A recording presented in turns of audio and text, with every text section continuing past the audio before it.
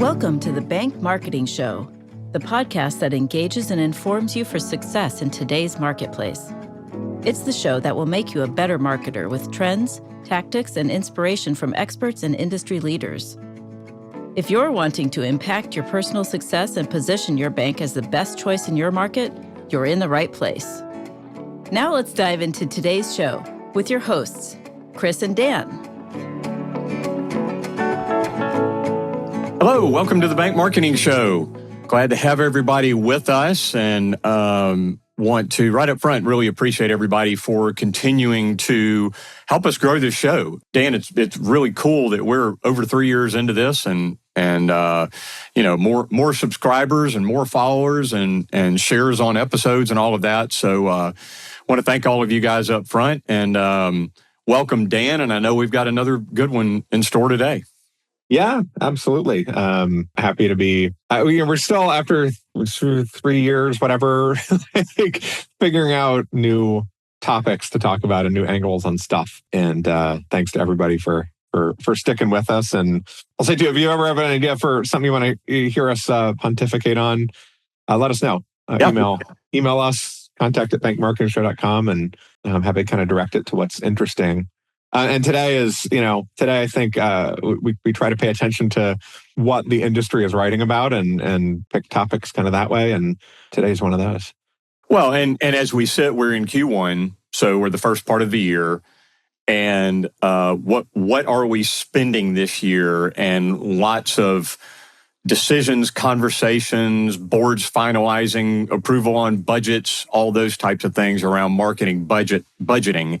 I know for us, Dan, is a big part of a lot of our bank client conversations right now. And hey, we want to, or asking us, do we want to increase spend in this area? What do we want, are our budgets being cut back here? So we need to get more efficient with our marketing spend and all those conversations. And while it may not be the most fun and sexy thing in the world to talk about, it's an important part of, the lifeblood of what we're all doing. Yeah. A lot of new clients I work with are just, everyone wants to know how much should we spend on our marketing budget?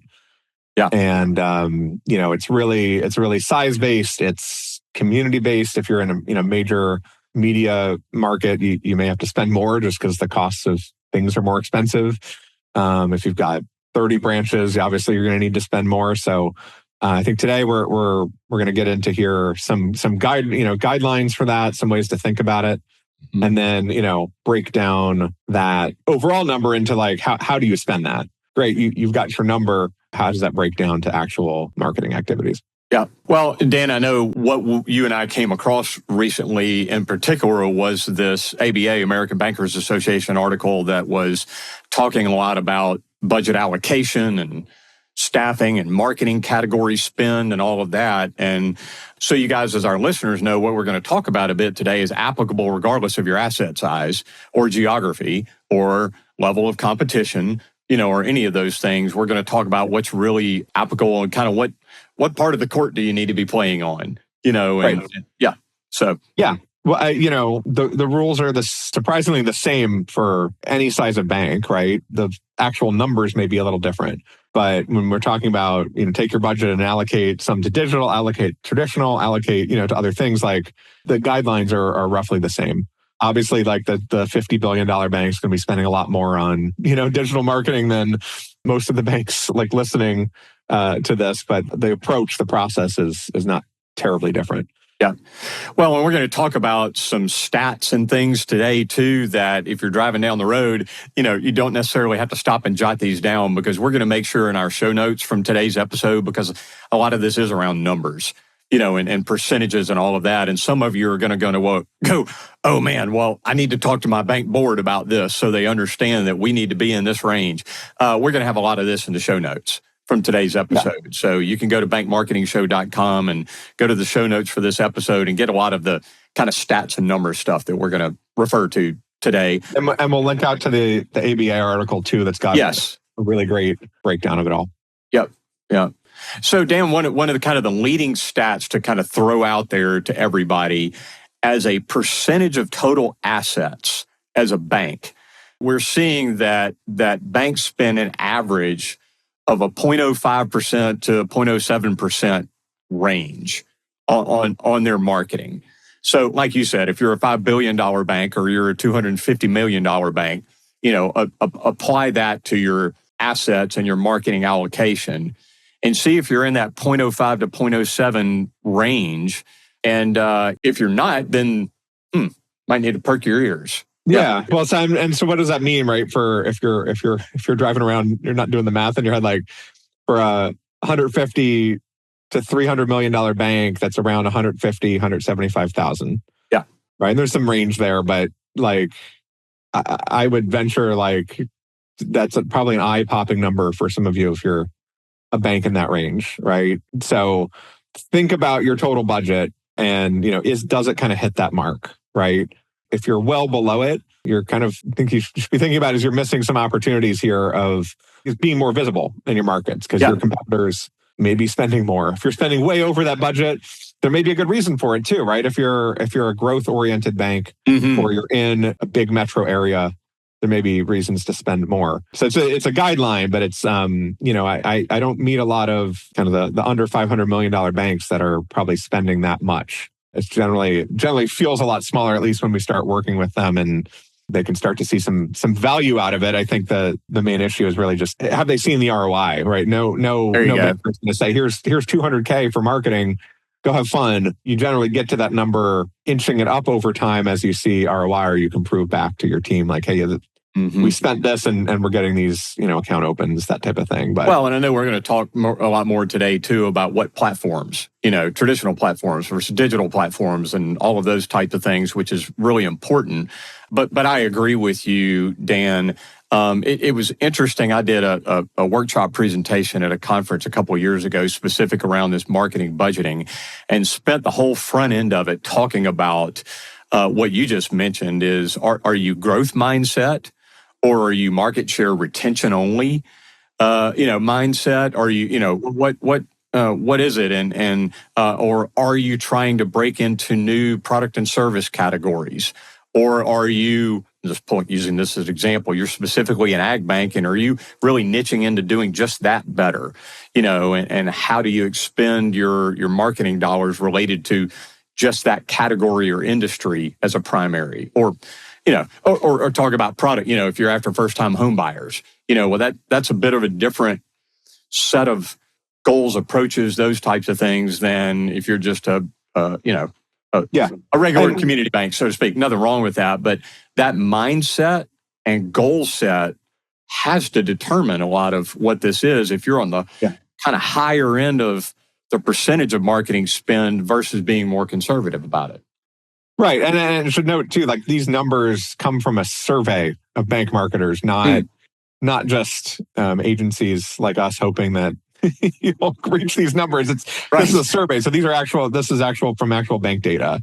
And there's a lot of variance in it. And, but it sort of averages out the retention focus versus growth oriented banks together, right? So if you're growth oriented, maybe you're more on that 0.07, and if you're not, you're lower. So take that into account too. But it's real numbers. So yeah. Well, Dan, as you and I were setting up this episode, I made a comment to you because again, I did that presentation several years ago, and I had looked at recent years' data. Starting back, I was looking at data from even 2019, but 2020 and even 2021, and looking at that data and compared it to this new ABA information. And we all know that digital and the whole digital realm is where more spend is moving further and further into every day. But Dan, I made a comment to you, the stark contrast and how much that chart has changed, even in 4 years, was amazing to me. So we say digital reigns supreme and spend is moving more and more into social media, digital advertising, SEO, SEM, even email, those types of things. Anybody listening to this podcast, it's in the bank marketing realm or in the banking realm, knows that and should be. But the extent of the reality of that to me was a stark contrast, even in a comparison to 4 years ago. Yeah. Spend has been moving digital for a while, but to see the increase is pretty impressive. Yeah, I think a lot of banks listening, you might be thinking of that those overall budget numbers, like maybe you're thinking a huge percentage. Maybe you spend $150K in marketing a year, but it's, $80K in sponsorships and, the long-standing stuff. And I think the numbers are showing like it's increasing, and digital's taking a good chunk of that increase. Yeah. Well, in those traditional formats, print, like magazine, newspaper, et cetera, we know those are on the decreasing end, and even statement communications. That's an interesting one. And texting, was kind of not too many years ago, it was kind of a big thing, and everybody was trying to get into texting and all. Even that's on a decrease. And a lot of that is because measurement of, and probably the reality of ROI. Yeah. Is it, are you getting it? And those kind of offline media ones are branding, yes, but, are you really getting traction and ROI from it? Dan, I know for a lot of your bank clients as well, but certainly for ours, we're seeing more and more of those, say, take their traditional radio spend and move it into streaming audio. So they're running digital, audio ads on Pandora, Spotify, et cetera, and doing that by geofencing and all of these things. And in many cases, not in increasing the expenditure in that category, but just moving it to where there's more ROI and it's working better, So I think that's the mindset shift we're talking about as far as where the expenditures are. Yeah. When I started working with banks in like 2018, there was a lot of like, well, what's our statement ad going to be? What's our theme for the month? And it's like, okay, well, March is IRAs and, like it's based on that part of the year. I think now it's more, well, we got to do this magazine because for compliance reasons, we have to have ads in all of our markets. But these markets are too small we're not going to really spend digital because they're, it might not be a traditional, there might not be a, what we were saying earlier, retention focus versus growth focus. For a lot of banks, if you've got multiple branches, you've probably got one or two that are growth, and the rest are kind of retention because you might be in a small community. That's right. So you might be thinking, well, okay, we got to do this we're doing these newspaper ads, but only in 3 of our 5 branches. The other 2 were heavily on digital. So it could break down like that too. Of you got to there's so many ways to reach customers and so many ways for customers these days to ignore ads. You've got to think about like what works in one market may be different, in another. Yeah. And I think this is probably some reflection of banks seeing that. So I don't know if it's like I don't think it's abandoning magazines and statement, but you got to realize like who's still getting a paper statement, right? It's a certain segment of your customers. So use that space to talk to those customers. Don't say, first-time home buyers like in your statement ad because they're likely younger and likely not getting paper statements. There you go. Yeah. Think about who's actually doing that, and that's what'll drive ROI. Yeah. Well, and I think what pushes leadership into a lot of these acknowledgement and decisions too is that a lot of those traditional media opportunities have a narrowing audience reach. That's the reality of it. You can argue it. You can wish that weren't the case. You can whatever you want to do.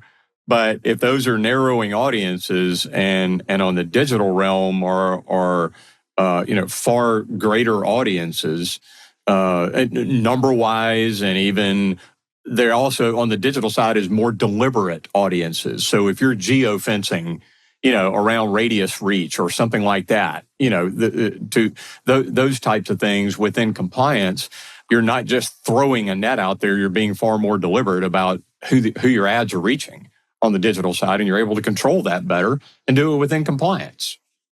Just makes good sense. Yeah.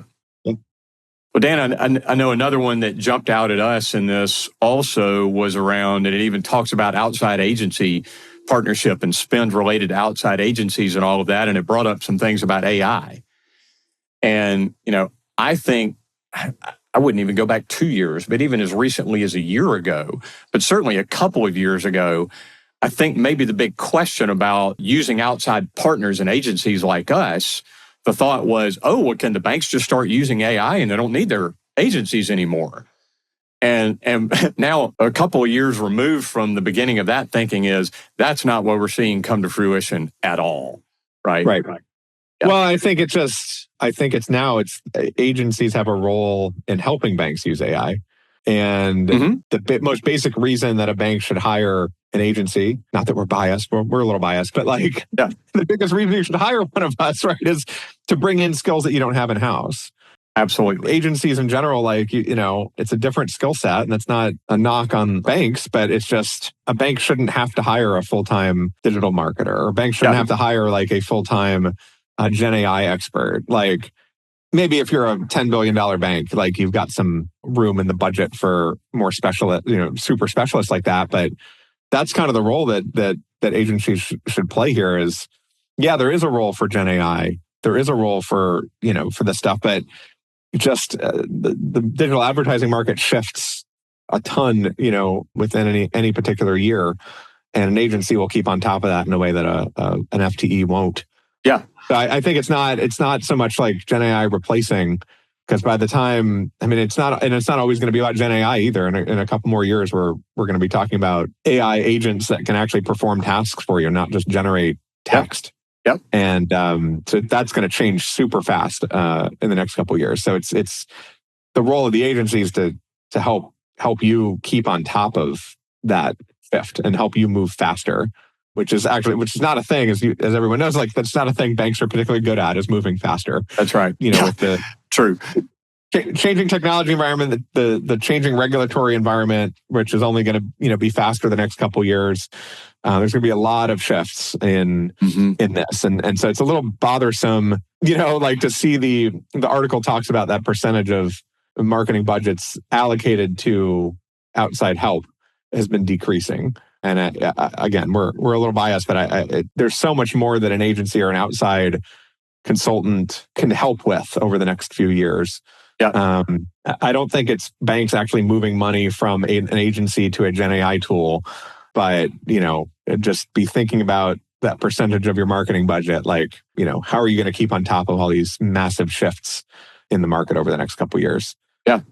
Well, and even us as an agency, we're not decreasing roles or numbers of roles or any of that. We're just utilizing the forefront of Gen AI and all the tools that we use and all of those things to be more impactful, better targeting, all of those things. So that is turning out maybe not to be the kind of shift that was thought that it might be. So, Well, Dan, I know we wanted to talk about a little bit more about kind of allocation and emerging channels and some of those types of things, and while we've been talking so much about traditional versus digital, it was interesting to me to see direct mail still up there. It's certainly not at the top of the chart, but we talked about digital ads and SEO and email and social and those types of things and web enhancements. All those as the top expenditures. But not far below that was direct mail. And maybe because that's still got that specified reach that is a bit more of a brand impact than print and some of the other things that we were talking about. Yeah, and there's this great chart in the article of, which channels give the best return. And it's the top 5 are all digital. But then the next one's direct mail, right? And like I said a few minutes ago, you've got to think of who are you really trying to reach? Direct mail gets a bad rap because a lot of banks say, great, we're going to send this to the 10,000 households within a 2-mile radius of our new branch. Yeah, well, that's a $30,000 direct mail campaign. I don't know, 30,000, but it's a really expensive direct mail campaign. Yeah. And, what a lot of banks will do is, and not even banks, but just business, a lot of small businesses too, just send out a blanket thing and come see us. We're new in the neighborhood, but it's not, everybody's busy. It's not resolving pain points. It's not resolving pain point. It's not giving people a reason to get off the couch and go into the bank. But if you can structure the campaign to do that as a bank, meeting compliance rules, it's harder to do things like direct mail can get very precise. You can target one subdivision. So, what a lot of small businesses that aren't financial institutions, I used to work with an HVAC company that, they're like, well, this subdivision is all $2 million houses that have 4 or 5, air conditioning units. And that subdivision is 20 years old. So they're all breaking. We want to target them. Let's send a direct mail piece to the 100 households in that subdivision. That's an amazing direct mail strategy, right? But banks can't quite target that precisely. If you can think about your local area and say, okay, here's how we're going to do it, but here's the message, here's the pain point we're looking to solve. It's going to get a lot more attention. So go by pain points, go by challenges, and it can work. And this is getting a little bit more into like the marketing strategy of direct mail versus just the budget piece. But when we see stats like what the article says, 30% of banks plan to increase direct mail spending this year. Like, I'm hoping that's the reason. It's like you got to be targeted, you got to solve pain points, not just and creative, targeted. I think those things are important. Yeah, these aren't just sticking your logo on an oversized postcard and sending it out there to general areas. Even within compliance, you certainly can be far more targeted than that. Yeah, targeted meaning messaging. Yeah, and pain point resolution. Yeah, I got this direct mail piece last year that I keep on my desk as a reminder that was just like, open an account and get a free wallet. And it was I remember you talking about that. Yeah, I probably brought this up. Like, it is a cheap nylon wallet. I'm like, nobody, like, it was really like taking an hour out of their day to go open an account for a cheap nylon wallet. Like, that's the type of thing you get you pick up at a table at a fair. But if that postcard had said, look, here's the problem we solved. It's first-time home buyers. It's planning for retirement. It's opening a small business, whatever it is. That's what's going to get me up off the couch. Yeah. And I think that's what you need to do with anything. But I think that's the opportunity with put a bow on the direct mail piece here. But like, I think that's the opportunity with direct mail is to be very creative and clever and targeted with it, not just sending it out to everybody. Yeah. Another really interesting call out from this article, Dan, that I thought was worthy of mentioning too, is around unplanned campaigns. And, I think the overall expectation for 2025 is, with interest rates adjusting and trending the direction that they are, and banks looking at hopefully being able to increase their margins and those types of things. But there always are opportunities over the course of the year to jump on unplanned opportunities, right? Whether that's a different product or service or a new area or, an evolving platform, whatever the case may be. So this talked about 38% of bank marketers, and that's a big chunk, held a chunk of their budget for unplanned campaigns. I think that's smart marketing, because if you allocate everything that you've got, and then a new opportunity comes along for some type of digital initiative or any number of things, then you go, oh, well, we'll just try that next year. And so I think that's a smart process of marketing budgeting, is to hold a percentage of your spend, because things are going to come up. Can you think of a year for your bank where a competitor didn't close a branch, or a competitor didn't open a branch nearby, or there was some shift in the market, that changed your customers' financial kind of priorities? Great example. Market goes way up, market goes way down. People are going to want to change their retirement strategies. If interest rates change a lot, it makes sense for people to open CDs or savings accounts. Like, all that stuff, but like something like that's going to happen every year. And so hold back. I think, Chris, in your, the presentation you'd given it, you were talking something like, a 70-20-10 split, right? Take 10% and just hold it back, and you'll find a reason to spend it. For one of these opportunistic things. And 70% is the stuff that works. That's what's been working for you the last year. And 20% is maybe like emerging technologies and trying some new stuff. A little bit riskier stuff, right? Yeah. Try your TikTok ad or whatever this year. Yeah. But I think that's a really smart way to do it, so that you're not in September or October of the year, you're not, hamstrung by a budget you allocated almost a full year prior. Keep some flexibility in it. Absolutely. Well, we see things change or happen unexpectedly politically, or war breaks out or something. It's just all these things that will happen. Some combination of some things are going to happen over the course of the year, and it might put the opportunity out there for an opportunity grab that you want to do, and you don't want to have spent all your dollars or allocated all of your dollars. So. And again, speaking of digital channels, that's one of the nice things about those is, man, I can have several major new digital ad campaigns up in 10 days from now. I mean, we can move quick and all of that. And if, again, whether it's rates or political or a competitor closes a branch or in your example, those types of things, that's key stuff. Yeah, that's smart with your marketing dollars, is to have that in your back pocket. So, well, Dan, another thing, and you and I, this is kind of closely related to our world as well, but one of the other things that it mentioned as a high point is the evolving role of the marketer.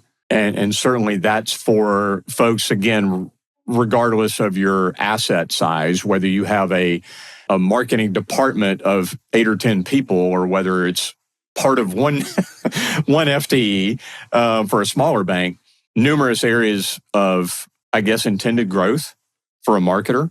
Yeah. Well, I gave a talk on this to the Missouri Bankers Association marketing meeting last year, where what's so interesting is the role of the marketer, the skills that a bank marketer needs to have. I'll say the skills that the bank marketing team overall needs to have there's a ton of them, right? Like digital marketing, analytics, managing your customer experience, like keeping up with, chat bots and, and the latest, bank technology trends and what your competitors are doing, not just in marketing, in their advertising copy, but on their websites and the customer experience. And combined with that, and in this article, in the ABA article, there's a chart here of the number of full-time marketers that banks have by size, and up to 700 million in asset size. Like the number of full-time marketers is 1, right? Yeah. So a $700 million bank is not a tiny bank, and so to have one marketer that has to know all this stuff. And then even up to $1 billion, it's 2. And, it only over $3 billion, it gets to 6 and goes up from there. And that's where you can really start having like a digital expert. But 1, 2, 3 people, you still need to manage sponsorships and local stuff. And so and this gets back to our point about the role of the agency, is like, that's where you can bring in these extra skills, because one person can't possibly, have all of them. And I think it's just, again, that's only been increased. The skill set you need to have has only been increasing the last few years, and it's only going to continue to increase. Like Gen AI, now you need to be good at writing, Gen AI prompts and knowing that technology space. Well, so as we talk about a day in the life of a bank marketer, it's kind of like, how are you spending your time? And in an ideal world, for everyone in their day-to-day jobs, they're able to at least occasionally get on their toes and not on their heels, and being reactive to the work that needs to be done today. But what little bit of that you can, I think the list that you just gave as examples is, how are you spending your time? Are you learning more? Are you engaging with whatever, associations or trainings or agency folks like us? Or, hey, how about listening to a bank marketing podcast? Speaking of, those types of things, but that are forward-moving, forward-thinking, so that, digital marketing and, like you say, the customer experience and data analytics and all of those things about more and more modernization of your marketing is really crucial in your role for those that are listening to us. Yeah. Great points. Yeah. Well, so overall, if we kind of think about it, think about all this stuff together, I think digital marketing is only continuing to increase, right? It's a super cost-efficient way to market. You can get super targeted. You can measure it really well. The skill sets that you need as a marketer are kind of only increasing. And I think this year, there's a changing political environment, right? That's going to have impacts to regulations, impacts to, the economy, industry, all kinds of things. Yeah. Yeah. Changes in what, other companies need loans and those types of things. And so I think this year is all about just be ready, be nimble, be on top of things. And I think that come back to like that budget split is like, make sure you have enough budget allocated, and make sure I think the biggest thing when times are uncertain is like, or not even uncertain, maybe is the wrong word, but even when you're expecting changes, either for good or bad, keep that 10%, reserve budget is probably a really good idea, because there's going to be opportunities to use it. And you mentioned, in that 70-20-10 rule, again, that 20% is really important to try, new marketing tactics, things that are more advanced and maybe that your bank hasn't tried before. and respondents in that bank marketing budgeting series of workshops that I gave a few years ago said time and time again, yeah, and when I do that and I can show ROI, then I can turn around to my board or my leadership and get even more budget the next time, because they're going, oh, that's working. We opened 17 new accounts, than our above our average last month, or month over month, or whatever the case may be, or we got X number of new loans, and in doing that, you're justifying increasing that budget or budget allocation, so that percentage that we talked about on the front end of this episode, hopefully for next year, maybe you can justify that bumping up a bit because you're showing ROI. Yeah, for it. That's that's if there is kind of a magic bullet, a little bit of it, that is one for sure. Yeah, absolutely. Yeah, absolutely. Then that expounds on itself. So, well, Dan, I know you and I have both mentioned presentations that we've given around this and workshops and those types of things, and this ABA article. Gosh, I know, again, while it may not be the most dynamic and colorful and fun topic in the world, it's crucial to what we're doing. And you and I could go on for hours about this, but I know we do want to invite conversation for any of our listeners that want to have some more conversation. One of the things that we really love doing is sharing best practices. So if you've got a challenge, if you've got a pain point, if you're like, wait, I didn't understand what Dan was talking about this part, guys, reach out to us. Go to bankmarketingshow.com. We've got contact forms and all of those things on there. Reach out to us and let us know what your questions are, or, hey, I'd love to have a chat around this that could help me be better informed. We love having those conversations. Yeah. Yep.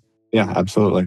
So, and as we said, lots of these details and links to articles and all of that in the show notes from today's episode as well. Good stuff, Dan. Yeah, great conversation. Thanks everybody again for listening, and subscribe, stay tuned. We'll talk to you soon. You got it. Thanks for joining us. To go deeper or get access to some of the valuable nuggets from today's show, go to bankmarketingshow.com. There you'll find episodes, links to resources, and much more. Be sure to subscribe wherever you find your podcasts. And join us next time.